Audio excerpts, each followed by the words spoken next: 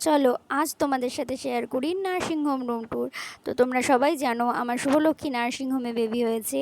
তো শুভলক্ষ্মী নার্সিং হোমের সেকেন্ড ফ্লোরে 301 নাম্বার কেবিনে আমি ছিলাম। তো চলো সেটাই আজকে তোমাদের ঘুরে দেখাই। তো এখানে তোমরা ঢুকে, আর এই ভিডিওগুলো না সব ক্লিপটা আমি নিজে নিয়েছি। আর এখানে দেখতেই পাচ্ছ আমার বরমশাই এখানে শুয়ে আছে। আসলে আমি যতগুলো দিন নার্সিংহোমে ছিলাম 6টা দিন, তার মধ্যে প্রথম দিন বাদ দিয়েও আমার কাছেই ছিল। আর আমার মা ওখানে দেখতেই পাচ্ছ গোছাগুছি করছে, আর আমার পুচকি শুয়ে আছে।